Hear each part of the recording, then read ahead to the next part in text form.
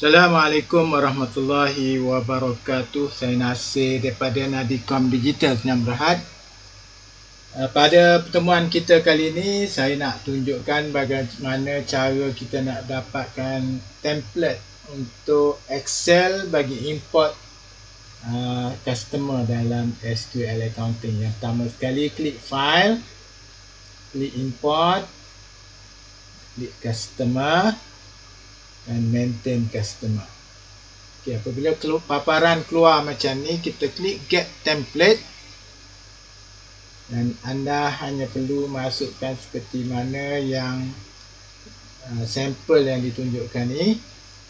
Lepas tu boleh copy paste sahaja. Kalau kata contoh ni saya copy ni, kita balik semula ke itu ni, kita paste kat sini. Okey, keluar macam ni.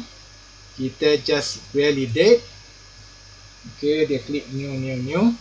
Okey. Sebelum pada tu kita tengok customer kita ada tak? Tak ada. Okey, saya dah masukkan import ni.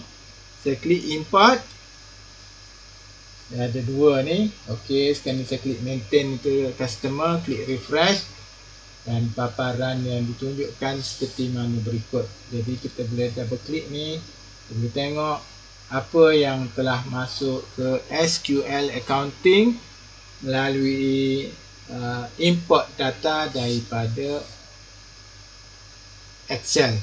Jadi saya rasa cukup sekadar tu dahulu. Untuk sesiapa yang ingin mendapatkan SQL Accounting, boleh hubungi saya 019-969-9079. InsyaAllah kita jumpa di lain kali. Wallahu a'lam. Assalamualaikum warahmatullahi wabarakatuh.